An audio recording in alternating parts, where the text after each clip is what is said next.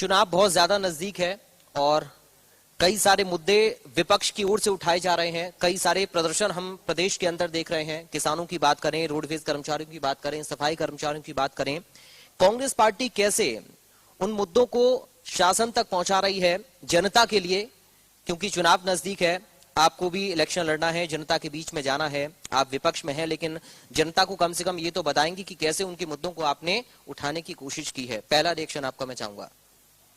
देखिए, आज मुझे नहीं लगता कि विपक्ष को कोई मुद्दा बनाने की जरूरत है, क्योंकि भारतीय जनता पार्टी के 8.5 साल के शासन में कोई ऐसा एक कार्य जनहित में नहीं हुआ जिससे भारतीय जनता पार्टी ये कह दे कि हमने ये कार्य जनहित में किया है जी। आज मैं, क्योंकि मैं एक नौजवान हूं, मैं नौजवान के मुद्दे से शुरू करूंगा। आज मैं नौजवान की बात करूं तो हरियाणा प्रदेश पूरे हिंदुस्तान में बेरोजगारी में सबसे ऊपर है।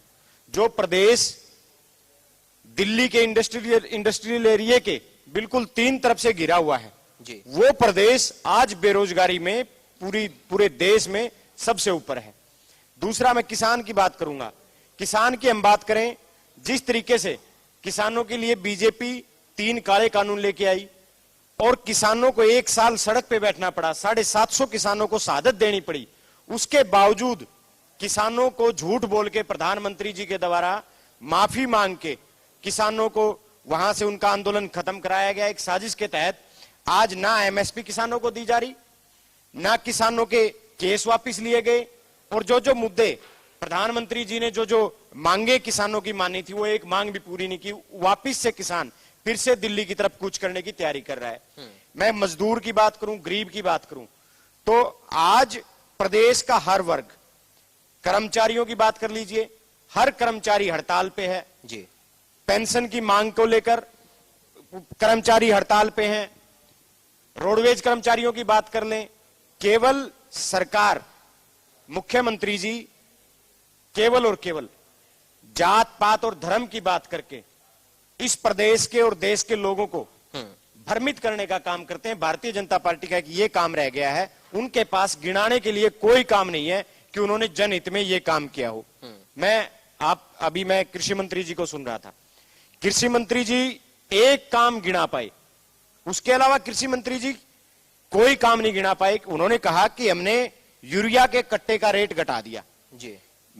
उन्होंने 25 रुपए यूरिया के कट्टे का, यूरिया के बैग का एक रेट घटाया, लेकिन ये नहीं बोला कि हमने उसमें से 5 किलो वजन भी कम कर दिया। वो वाहवाही लूटने का प्रयास कर रहे थे कि हमने 25 रुपए रेट घटा दिया, लेकिन ये नहीं कहा कि हमने उसका वजन कम किया है। अभी कृषि मंत्री जी बड़े दावे के साथ कह रहे थे कि बरवाड़ा क्षेत्र में जी एक भी एकड़ जमीन ऐसी नहीं है जिसमें फसल की बुआई ना हुई हो। मैं नारनौंद और बरवाड़ा की आपको बता देता हूं, कृषि मंत्री जी मेरे ख्याल से नरेंद्र मोदी जी से ज्यादा प्रेरित थे, क्योंकि नरेंद्र मोदी जी से भी बड़ी बड़ी यहां रहे थे। गांव नोट कर लीजिए, आपको मैं बरवाड़ा के गांव नोट करवाता हूं, ताकि दोबारा से कृषि मंत्री जी कभी आपके चैनल पे आए तो आप उनको बता सको। कृषि मंत्री जी ढाट, भदौड़ और नारनौंद के गांव हैं, सिंगवारा गो है, गुरुआना है, डाटा है, सिंदड़ है, खानपुर है, ये बहुत सारे गांव ऐसे हैं जिनमें आज भी हमारी बेल्ट तक पानी है, पानी भरा हुआ है। इवन यहां तक सरकार के द्वारा घोषणा की गई, दुष्यंत चौटाला जी आए, उन्होंने गुराना गांव के लिए 30 लाख रुपए की घोषणा की कि पानी उतारने के लिए 30 लाख रुपए में जारी कर रहा हूं। ये आज से 3 महीने पहले की बात मैं आपको बता रहा हूं जी। आज भी गुराना गांव में उतना ही पानी खड़ा है जितना उस दिन खड़ा था। वो 30 लाख रुपए कहां गए? नौजवानों की बात कर लीजिए, हरियाणा प्रदेश का नौजवान आज रोजगार के लिए सरकार से भीख मांग रहा है, लेकिन सरकार का इसकी तरफ कोई ध्यान नहीं है। हर रोज महंगाई बढ़ रही है। अभी कृषि मंत्री जी कह रहे थे कि हमने आमदनी किसान की दोगुनी कर दी। कौन सी आमदनी तो कृषि मंत्री जी ने दोगुनी की है? अब वो ये नहीं बताते कि उन्होंने कृषि के जो यंत्र हैं जिनसे किसान खेती करता है, उनके ऊपर उन्होंने जीएसटी लगा दिया। पेस्टिसाइड्स के ऊपर देश में और प्रदेश में ये पहला मौका है, पेस्टिसाइड्स के ऊपर भी जीएसटी लगा दिया। और तो और आम जन को परेशान करने के लिए दही, परोठे के ऊपर भी इन्होंने आटे के ऊपर भी इन्होंने जीएसटी लगाने का काम किया है और ये कहते हैं कि हमने राहत देने का काम किया है। आज 36 बिरादरी और संपूर्ण वर्ग भारतीय जनता पार्टी के राज से परेशान है, महंगाई से परेशान है, लेकिन सरकार इनको जात पात और धर्म के नाम पे बांटने के अलावा ना इनकी कोई समस्या का समाधान कर पा रही। It's a lack of planning की कमी है मुख्यमंत्री जी। एक नाकाम मुख्यमंत्री है मनोहर लाल खट्टर जी। ना उनके पास प्लानिंग है, ना उनके पास आधार है, ना उनके पास ऐसा प्रशासनिक ढांचा है जिससे वो या तो प्रदेश के हालात को सुधारने का काम करें, या भी कानून व्यवस्था की बात अभी कर रहे थे आप लोग जी।